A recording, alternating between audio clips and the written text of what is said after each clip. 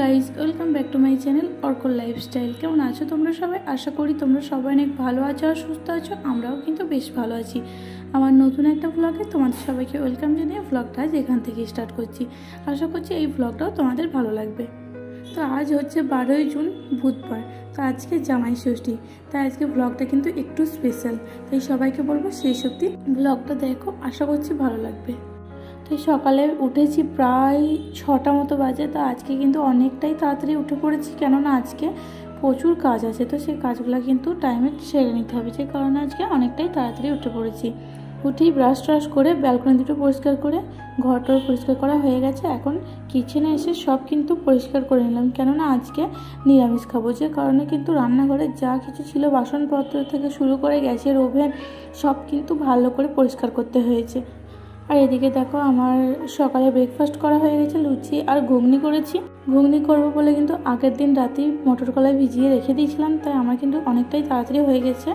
তো আজকে যেহেতু সারাদিন ভাত খেতে পাবো না, তাই কিন্তু লুচিটা দুবেলার মতো বানিয়ে নিয়েছি। তো এটাই কিন্তু আমি দুবেলা খাবো। তো এদিকে ব্রেকফাস্ট করে আমি চেঞ্জ করে চলে এসেছি। এখন কিন্তু ঠাকুরের পুজোর জোগাড়টা করে নিচ্ছি। তো যেহেতু আমি এখানে একাই থাকি, তাই আমি কিন্তু নিজের মতো যতটা সুবিধা হয়েছে করে নিয়েছি। আর মাকে ফোন করে জিজ্ঞেস করে নিয়েছি যে কীভাবে কী করতে হয়, কারণ এটা আমার প্রথমবার নিজে করা। এর আগে 1 বছর অর্ককে নিয়ে করা হয়েছে, এর আগের বছর। আর সত্যি বলতে জামাই ষষ্ঠী বিয়ের পরে মাত্র 1 বছরই পেয়েছি, আগের বছর। কারণ জামাই ষষ্ঠীতে কোনো বছর ওর পাপা ছুটি পায় না, শুধুমাত্র আগের বছর আমাদেরকে নিতে গিয়েছিলো এরকম টাইমে, তাই সে বছরটা কিন্তু জামাই ষষ্ঠীটা আমরা করতে পেরেছি। তবে যেহেতু মা হয়ে গেছি, তাই জামাই ষষ্ঠী না হলেও ষষ্ঠী কিন্তু আমাকে পালতেই হবে। কাদের কাদের এরকম নিয়ম আছে জানি না, তবে আমাদের কিন্তু পালে। এখানে অনেক বাঙালি আছে, তবে তাদের নাকি এই নিয়ম নেই। তবে যাই হোক, আমাদের যেহেতু আছে, আর মা ফোন করে বললো যে এটা নাকি পালতেই হবে, যে কারণে আগের দিন গিয়েছিলাম বাজার করতে। তো সেখান থেকে যা ফল পেয়েছি নিয়ে এসেছি, আর 2 এরকম ফল পাইনি। ওর বাবাকে বলেছিলাম সকালে নিয়ে আসতে, এবার এত সকালে না কোনো বাজার বসেনি। তো ভাবলাম ঠিক আছে এইতেই চালিয়ে দেবো। আর ঠাকুরের বাসনপত্র বলতে সেরকম কিছুই নেই, যেহেতু এখানে সেরকম পুজো করি না তাই বাসনপত্র কিন্তু সেরকম কিছু নেওয়া হয়নি। 2-1টা আছে কাজ চালানোর মতো। এবার ঠাকুরকে যে নিত্য সেবা দিই, তার জন্য একটা গ্লাস আর একটা থালা আছে, আর ধূপকাঠি জ্বালানোর জন্য একটা স্ট্যান্ড আছে, আর প্রদীপ আছে। এগুলো কিন্তু নিত্য ব্যবহার হয়। আর এই যে একটা থালা, এটা কিন্তু অনেকদিন আগেই কিনেছি, কি জানি না মনে হয়েছিল, পছন্দ হয়েছিল বলে নিয়েছি। তবে এটা আজকে কাজে লেগে গেল। তবে যাই হোক, এদিকে ফলগুলো নিয়ে নিচ্ছি। আর এদিকে ফল কাটবো, ফল কাটার কোনো জিনিস নেই, কেননা আমরা যে সবজি কাটি ওটা তো ছুরি দিয়ে কাটি, আর দুটো ছুরি দুটোই কিন্তু আমাদের আমিষ। এবার সেই দিয়ে ঠাকুরের ফল তো কাটা হয় না। এবার এত সকালে যে ছুরি কিনে আনবে কোনো দোকানই খোলেনি, আগের দিন একদম মনে ছিল না। আর না হলে আগের দিন কিনে আনলে কিন্তু অসুবিধা হতো না। তাই ভাবলাম ঠাকুরকে গোটা ফল দিয়েই পুজো দেবো। আর আমার এখানে কিন্তু ষষ্ঠী ঠাকুরও নেই, আমার এখানে যে ঠাকুর আছে সেই ঠাকুরকে কিন্তু মা ষষ্ঠীর নামে পুজো দেবো। তো সত্যি বলতে ষষ্ঠী পুজো করতে গিয়ে কী কী নিয়ম পালতে হয় সত্যি কিছু জানি না। মা আগে বলে রেখেছিল, কদিন আগে বলেছিল যে ষষ্ঠী তোকে পালতে হবে, যে কারণে কিন্তু আগের দিন থেকে রেডি হয়ে গিয়েছিলাম। এবার আগের বছর যেহেতু একবার পেলেছি, আমার প্রথম ষষ্ঠী ছিল অর্ককে নিয়ে, তাই কিছুটা মনে ছিল। আর বাকিটা মাকে ফোন করে জিজ্ঞেস করে নিয়েছি। তো এইদিকে ফুল নিয়ে চলে এসেছি। তো এখানে আমার যেহেতু ফুল গাছ নেই, তো ওর বাবাকে বলেছিলাম সকালবেলায় আমাকে যেখান থেকেই পাবে একটা হলো ফুল এনে দাও। এবার যেহেতু এত সকালে বাজার বসে না, তাই ফুলও কিন্তু পাওয়া যায়নি। আর এখানে গ্রাম এলাকার মতো অত ফুল গাছও এখানে সেখানে দেখা যায় না। তো যাই হোক, আমাদের নিচেতেই কারো কাছ থেকে নিয়ে এসেছে, তো যেটুকু নিয়ে এসেছে ওতে কিন্তু কাজ হয়ে যাবে। আর এই যে এখানে দেখো কাপের মধ্যে আমি আগের দিন দই বসাতে দিয়েছিলাম, যেহেতু দইয়ের আর হলুদের ফোঁটা দিতে হয় কপালে পুজোর পরে, তাই দইটা কিন্তু আগের দিনই বসিয়ে রেখেছিলাম। আর এই যে বাটিতে নিয়ে নিয়েছি একটু হলুদ, তো দই আর হলুদটা এদিকে মিশিয়ে নেবো, কারণ পুজোর শেষে এটাতেই কিন্তু অর্ককে ফোঁটা দেবো। আর ঠাকুরের পুজো কিন্তু না খেয়েই দিতে হবে, তাই সকাল থেকে কিন্তু না খেয়েই আছি। আর অর্ক এই মাত্র উঠলো, ও ঘুমাচ্ছিল, যেহেতু অনেকটাই সকালে উঠে পড়েছি, তাই ও কিন্তু আজকে আর ওঠেনি। তো এখনই উঠলো। আর এইসব আমার পুজোর জোগাড় দেখে ও একটু অন্যরকম হয়ে গেছে, কোনো দিন তো দেখেনি। তাই ওকে আর কিছুতেই ওর পাপার কাছে দিতে পারছি না। আমারও একটু তাড়াতাড়ি হতো ওর পাপার কাছে থাকলে, তবে কিছুতেই যেতে চাইছে না আমার কাছে। এই যে আমি এইগুলো করছি, ওর ভালো লাগছে। তো এখন কিন্তু পুজোর জোগাড়টা করে নেবো। আর খুব একটা টাইম নেই, ওর পাপাকেও ডিউটি যেতে হবে, আমাদের ব্রেকফাস্ট করতে হবে, আমারও একটু দেরি হবে, এবার ওর পাপাকেও কিন্তু খেতে দিতে হবে। তা আমি কিন্তু এদিকে পুজোটা সেরে নেবো। এবার সেরকম হয়তো নিখুঁতভাবে পুজো করতে পারিনি, সব নিয়ম তো আর জানা সম্ভব নয়, তবে যেটুকু জানি করেছি। তো এই যে প্রদীপটা ধরিয়ে নিয়েছি আর ধূপকাঠিটাও ধরিয়ে নিলাম। আর অর্ক না কিছুতেই আমার কাছ থেকে যেতে চাইছে না, বারবার ধূপকাঠিতে হাত দিচ্ছে। এবার ছেঁকা লাগবে, ওকে বলছি যে সরেছে, আমি পুজোটা করিনি। ও কিছুতেই ওখান থেকে সরতে চাইছে না, ওর পাপার কাছে যেতে চাইছে না। আমার ধূপকাঠি জ্বালানো দেখে ও বায়না ধরেছে ওকে ধূপকাঠি ধরিয়ে দিতে হবে, ও পুজো করবে। তো ও কিন্তু এখন এমন হয়েছে না, খুব তাড়াতাড়ি যে কোনো জিনিস শিখে যাচ্ছে। তো ওকে বললাম যে পাশে বসে তুই দেখ, আমি পুজোটা করিনি। কিন্তু তার শোনে কোথায়, সেই বারবার কিন্তু ও ধূপকাঠিটা জ্বালাতে আমার কাছে চলে যাচ্ছে। আর ও অন্যদিন এমনিতেই আমার কাছ থেকে যায় না, আজকে তো আরোই যাচ্ছে না। তো যাই হোক, ওকে নিয়েই পুজোটা করে নেবো, আর ওর জন্যই তো পুজো করা, তাই ও ওর মতো থাকুক। এদিকে আমি কিন্তু পুজোটা সেরে নিচ্ছি। আর সকাল থেকে ওকে কিন্তু এখনও খাওয়ানো হয়নি। পুজো টুজো সেরে তারপরে কিন্তু ওকে খাইয়ে দেবো, তারপরে কিন্তু আমাদের খাওয়া দাওয়া হবে। আজকের দিনে সবাই কত আনন্দ করছে, আর আমাদেরকে দেখো পরিবার থেকে এতটা দূরে নিজেদেরকে এইভাবে পালন করতে হচ্ছে। যখনই কোনো পুজো বা কোনো অনুষ্ঠান আসে না, সবারই জন্য এত মন খারাপ করে, তখন মনে হয় ছুটতে বাড়ি চলে যায়। এবার সব সময় তো আর সম্ভব হয় না, হয়তো এমনই হয় বছরে যে কোনো একটা পুজোই আমাদের কপালে জোটে, যে কারণে বড় বড় পুজো যেগুলো হয় সেগুলোকেই কিন্তু বেছে নিই। যেমন দুর্গা পুজো, কালী পুজো, চেষ্টা করি সেই সময়টাই বাড়ি যাওয়ার, কারণ তখন সবারই সঙ্গে দেখা হয়ে যায়, ভালোও লাগে সবার সঙ্গে দেখা হয়, গল্প করতে। কারণ এখানে যেহেতু একা থাকি, তাই একা থাকতে থাকতে শেষে এমন হাঁপিয়ে উঠি, তখন বাড়ি যাওয়ার জন্য ছটফট করি।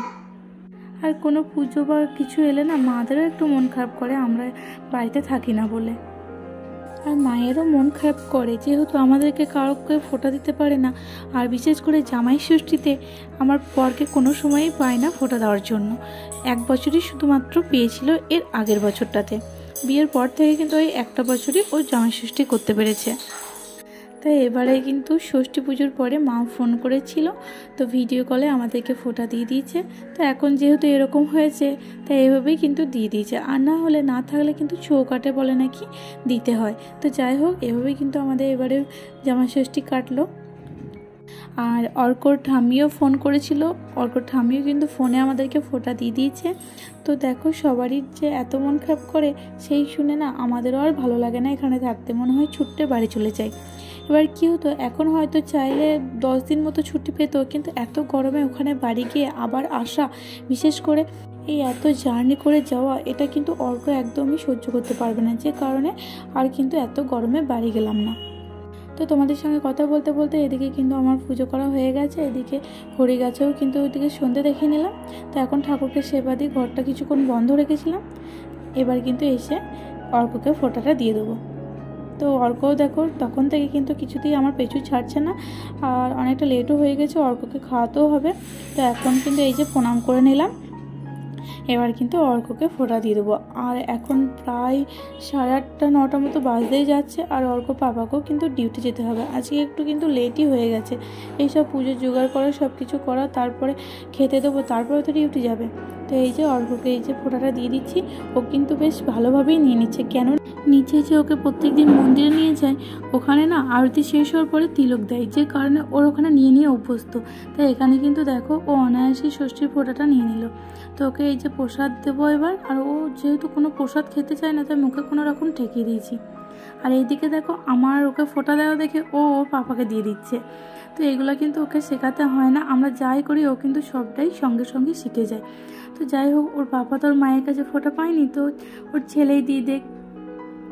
আর এদিকে ওর পাপাকে দেওয়ার পরে দেখো এবার কিন্তু আমাকেও দেবে। তো এই মাত্র দেখলো আমাকে ওইভাবে তিলক দেওয়া, ও এর মধ্যেই কিন্তু সবটা কপি করে নিয়েছে। তো এই যে আমাদের কিন্তু ফোঁটা দেওয়া শেষ হয়ে গেছে। তো এখন কিন্তু অর্ককে নিয়ে বাইরে চলে যাব, আর ওকে কিন্তু খাইয়ে দেবো। আর ওর জন্য খাবার আমার আগেই করা হয়ে গেছে, খাবার সবারই আগে আমি বানিয়ে রেখে দিয়েছি। তো এখন কিন্তু অর্কর পাপার জন্য খাবার বেড়ে নিয়েছি, ওর পাপাকে দিয়ে দেবো, কেননা ওর পাপার একটু তাড়া আছে, ওর পাপাকে ডিউটি যেতে হবে। আর না খেয়ে তো আর ডিউটি যাওয়া হয় না, তাই ভাবলাম যে বলি যে তুমি তাড়াতাড়ি খেয়ে নাও, ওর পাপার এমনিতেই একটু লেট হয়ে গেছে আজকে। তো ওইদিকে ওর পাপা ডিউটি চলে গেছে, আর এদিকে অর্ক ঘুমিয়ে গেছে। আর এদিকে অর্কর ভাই দেখো চলে এসছে, ওর মা দিতে এসছে, তখন সবে মাত্র অর্ক ঘুমালো। এবার যেহেতু একটু না ঘুমালে আমারও অসুবিধা হয়, তাই ওকে আর ডাকিনি, আমি কিন্তু ওর সঙ্গে একটু খেলে নিয়েছি। তো ওর মায়ের কাছে দিয়ে এসেছি। এই যে দেখো ঠাকুরের প্রসাদ কিন্তু কেটে নিয়েছি, তো অর্কর পাপাকে দিয়ে দেবো আর আমিও খেয়ে নেবো। আর অর্ক সেরকম ফল খায় না, তাই ওকে কিন্তু একদম খাওয়াতে পারিনি, যেহেতু প্রসাদ তাই জোর করে কিন্তু একটু খাইয়ে দিচ্ছি। আর এদিকে অর্কর জন্য খাবার নিয়ে নিয়েছি, দুপুরের খাবার। তো ওর জন্য দুপুরে ডালিয়া করেছিলাম, তো ওকে কিন্তু এবার খাইয়ে দেবো। আর আজকে নাকি অর্ককে স্নান করতে পাবো না, মা নাকি বললো এরকমই নিয়ম আছে। তো যাই হোক, আজকে আবহাওয়াটা কিন্তু একটু ঠান্ডা ঠান্ডা করছে। তো মাকে জিজ্ঞেস করেছিলাম যে যদি খুব গরম পড়ে তাহলেও কি স্নান করতে পারবো না। তো মা বলেছিল যদি খুব গরম পড়ে তাহলে কাঠে একটু মুছিয়ে দিবি, তবে আজকে নাকি স্নান করাতে নেই। তো যাই হোক, আজকে আবহাওয়াটাও ভালো ছিল, তাই আজকে আর অর্ককে স্নান করাইনি, যেহেতু নিয়ম আছে তাই নিয়মটাও কিন্তু পেলেছে। আর আমি এগুলো কিন্তু খুব বিশ্বাস করি, বিশেষ করে অর্কর জন্য যদি কিছু হয় সেটা কিন্তু ভালোভাবেই আমি পালন করি। তো এই যে এবার রাত্রে খাবার বানাবো বলে কিন্তু সবজিগুলো কেটে নিচ্ছি। তো আমার আর অর্কর পাপার জন্য ডালিয়া করেছি, এই যে, কারণ দিনের বেলায় যেহেতু আমি ভাত খেতে পাইনি, তাই আমি ভাবলাম রাতে ডালিয়া করবো। এবার রাতে যেহেতু ডালিয়া করছি দুজনের জন্যই কিন্তু করে নিয়েছি। তো এখন কিন্তু আমরা খেয়ে নেবো। আর অর্ক কিন্তু আজকে সন্ধেবেলাতেই ঘুমিয়ে গেছে, একটু আজকে বাইরে গিয়েছিলাম, তো সেই কারণে আসার সময় কিন্তু ও বাইকের মধ্যেই ঘুমিয়ে গেছে। তো ওকে ওইদিকে শুয়ে দিয়েছি আর আমরা কিন্তু খেয়ে নেবো। তো খাওয়া দাওয়ার পরে ওকে তারপরে ওঠাবো। আর ওর খাবারের ব্যবস্থা কিন্তু আগে থেকেই করে রাখি সব সময়, যাতে ও ওঠার পরে না সমস্যা হয়। আর ও ওঠার পরে না সঙ্গে সঙ্গে খেতেও চায় না। তো এই যে আমরা বেড়ে নিচ্ছি, এখন কিন্তু আমরা খেয়ে নেবো। এই যে আমাদের খাওয়া শেষ হতে হতে অর্কও কিন্তু উঠে পড়েছে।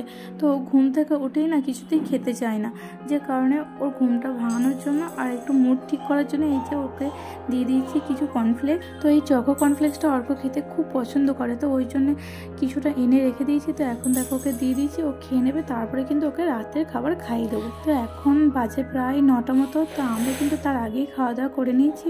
আর আজকে যেহেতু সন্ধ্যেবেলাতেই আমার খাবারটা বানানো হয়ে গেছে, তাই খাওয়াও কিন্তু তাড়াতাড়ি হয়ে গেছে। তো আজকে ব্লগটা আর বড় করছি না, যারা যারা চ্যানেলে নতুন আছে প্লিজ চ্যানেলটি সাবস্ক্রাইব করে আমার পাশে থেকো, ভালো লাগলে লাইক কমেন্ট শেয়ার করে দিও। তো দেখা হচ্ছে পরের একটা ব্লগে। তো ততক্ষণে সবাই সুস্থ থাকবে, ভালো থাকবে।